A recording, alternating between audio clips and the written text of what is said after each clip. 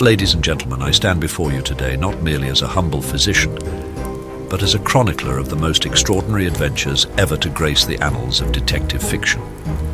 For it is my great privilege to introduce to you a man whose name is synonymous with unparalleled brilliance, unmatched deductive reasoning and unwavering resolve in the face of the most baffling mysteries.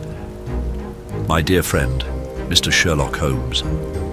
As you immerse yourself in the world of Victorian London, be prepared for surprises along the way.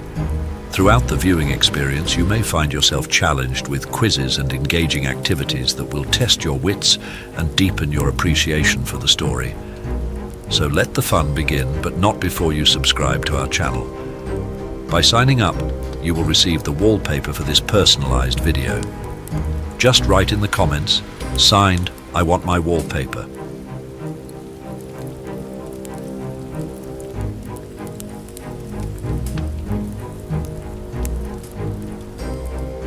Before we dive into watching The Woman in Green in my personal movie theatre, let's have some fun together right away. Here's our first quiz for you. Let's see who will be able to answer it correctly. I wait for your answers down below in the comments section.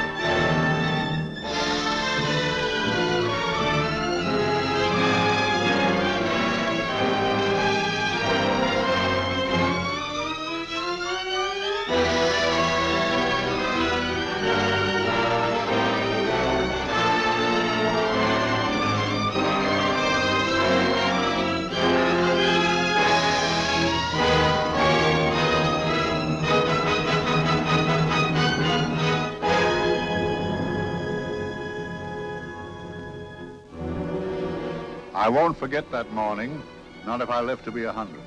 I counted the men as they marched out of the yard. They'd hardly slept for weeks. We of the CID had slept even less, but the nightmare that kept us awake was all the same nightmare. That's why we weren't surprised when the commissioner asked us up to the conference room for a bit of a talk. He'd talked to us plenty, we knew that. It didn't help any to know what was ahead of us.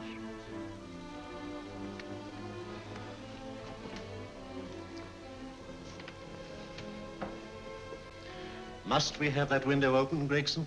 Oh, shut it if you want to. Chief will be in enough of a temper without having a ruddy blast down the back of his neck.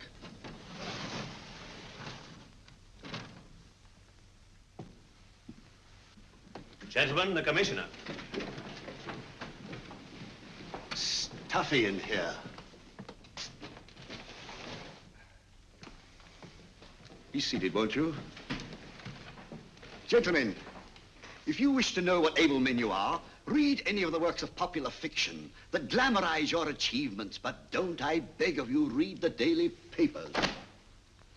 They might give you an inferiority complex. I hate to mention it, but we're confronted with a series of the most atrocious murders since Jack the Ripper. And in the meantime, the CID might as well be playing at shove-hate-me for all the good we've accomplished. Now look. Here, here, and here.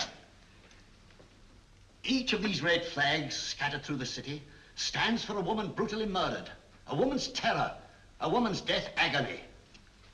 These are no ordinary crimes. These are the works of a fiend who kills first and mutilates afterwards. A ghoul who hacks off a part of his victim body and carries it away with him, a loathsome souvenir of his butchery. 3 women murdered so far, And you haven't turned in one clue. You haven't given me one lead. Here you sit and wait for news of a fourth victim, with your arms folded.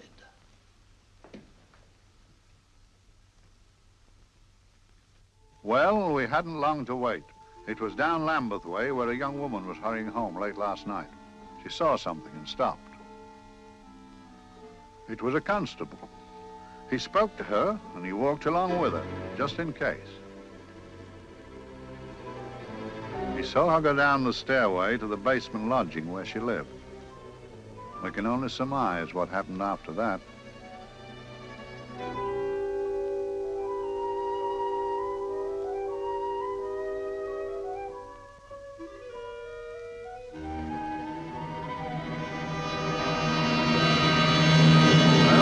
My pride in my pocket and went to see the man who'd so often helped out Inspector Lestrade and myself in the past, Mr. Sherlock Holmes.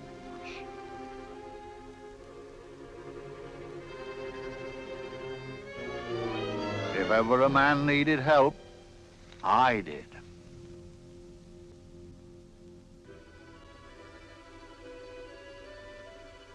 This makes 4, Inspector. 4 defenseless women here in the heart of London. And everyone with the right forefinger hacked off. Not hacked, Inspector Gregson. Cleanly, expertly severed. The work of a skilled surgeon. That's our only clue. Much about the age of my sister's girl. Is there no way of stopping this, Mr. Holmes? Yes. There's a way, somehow. The fiend that did this. I promise. I promise. We've nothing to go on, that's the rotten part of it. We can't get far without knowing the motive. Well, at least we know what the motives were not. It wasn't robbery, nor passion, thanks be, nor yet vengeance.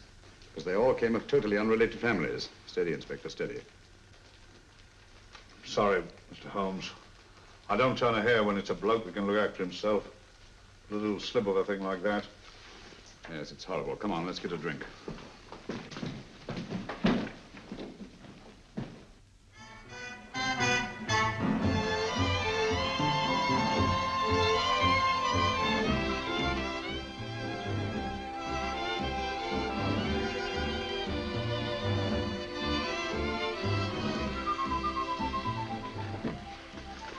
Good evening, Mr. Holmes. Good evening, Vincent. Whiskey and soda, please, and a double for my friend here, Inspector Gregson. Very good, sir. Make mine Irish. Decent of you to give me a hand with this thing, Mr. Holmes. Always a pleasure to be of help to Scotland Yard, Inspector. Little out of my line, looking for a maniac who murders just for the fun of it. Or perhaps just to get a human finger. In all 4 cases, the murderer risked capture by stopping to secure a finger. Wonder what for? Who knows? He's just a madman. Perhaps there's method in his madness. If we could just trace those missing fingers. If we could just drain the English Channel, we might find a penny. Huh? Oh, thank you. You may keep those, Mr. Holmes. Thank you.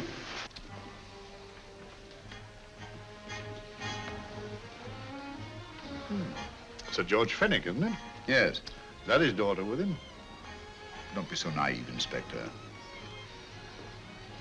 You know everyone, don't you, darling? Well, hardly.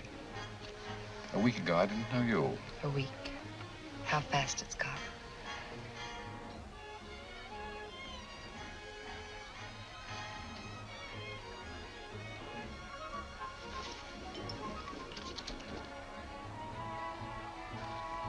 I collect these things. How very quaint of you. Shall we go? Yes.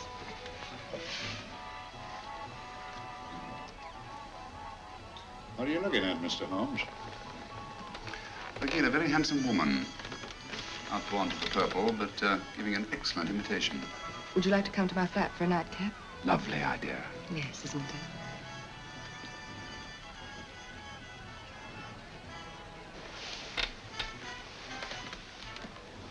Wonder where she's taking Sir George Fenwick. Don't be so naive, Mr. Holmes.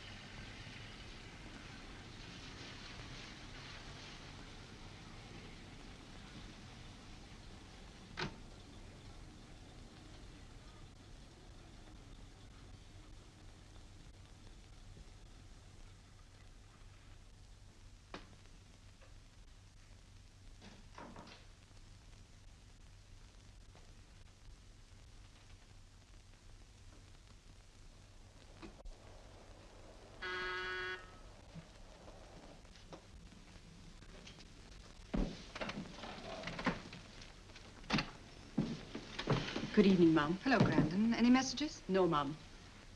Thank you. Drinks, Grandon. One of your nice surprises. Yes, Mum. I say, you don't mean that, Grandon's a marvel, aren't you, Grandon? Yes, Mum. You wouldn't believe the things she can do. Ah, charming place. Delightful. Really? Do you think so? I'm so glad. Do sit down. Do you mind? Do I mind? What a question. I don't mind anything, really. Except not being with you. Now, you really don't want me to believe that, do you? Not too seriously. Good. We're both quite grown up, aren't we? Quite.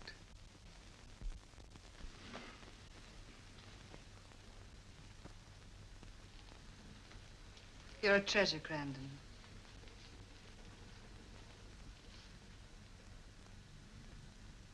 And lower the lights a little as you leave.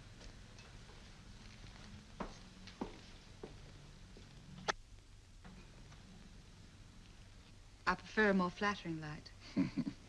In any light, you'd be... Would I? And don't you know it? Perhaps I do.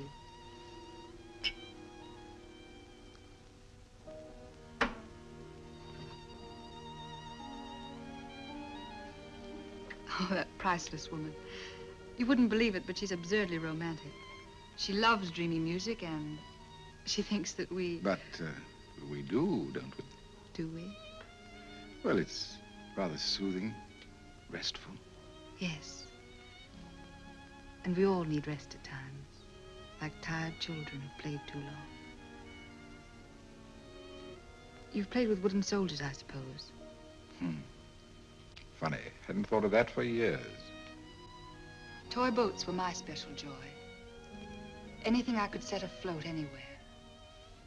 Like this. And this. Toy boat sailing into the Never Never Land. The land of beautiful dreams. Look. Look, odd, isn't it, how the light is reflected? Little specks of light that move and move. Like stars on a slowly moving stream.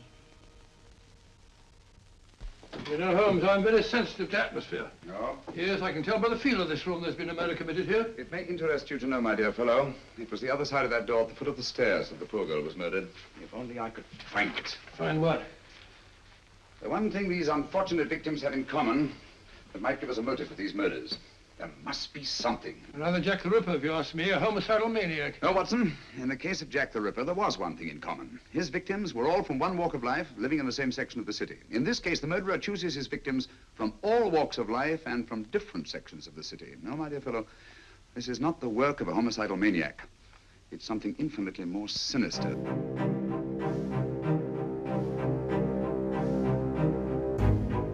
This is the end of the first part of this film, and I hope, dear friends, that you enjoyed it. Please come back tomorrow or the day after tomorrow to see the next chapter. Will my friend Sherlock Holmes be able to understand the plan behind these killings? Before leaving us, why don't you leave a like and subscribe to the channel? Thank you from your Dr. Watson.